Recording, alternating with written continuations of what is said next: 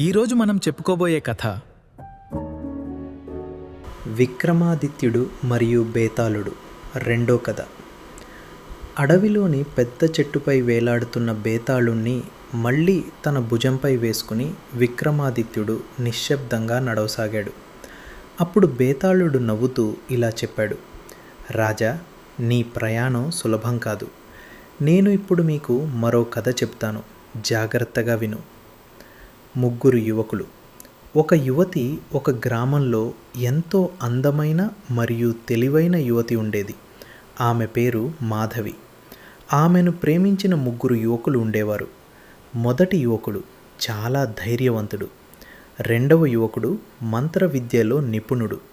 మూడవ యువకుడు గొప్ప జ్ఞాని.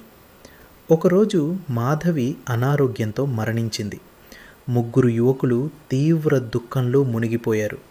ధైర్యవంతుడు ఆమె అస్థికలను తీసుకుని యాత్రకు వెళ్ళాడు. మంత్రవాది ఆమెను తిరిగి బ్రతికించే మంత్రాన్ని వెతికాడు. జ్ఞాని ఆమె సమాధి దగ్గరే కాపలా కాశాడు. కొన్ని నెలల తర్వాత మంత్రవాది ఒక మంత్ర గ్రంథం సంపాదించాడు. ఆ మంత్రంతో మాధవి మళ్ళీ బ్రతికింది. బేతాళుడి ప్రశ్న. బేతాళుడు విక్రమాదిత్యుణ్ణి అడిగాడు, రాజా, ఇప్పుడు చెప్పు, ఆ ముగ్గురిలో మాధవికి నిజమైన భర్త ఎవరు కావాలి? విక్రమాదిత్యుడి సమాధానం. విక్రమాదిత్యుడు ఇలా చెప్పాడు, మంత్రవాది ఆమెకు కొత్త జీవితం ఇచ్చాడు. అతను తండ్రి లాంటివాడు. జ్ఞాని ఆమెను కాపాడాడు. అతను సోదరుడి లాంటివాడు.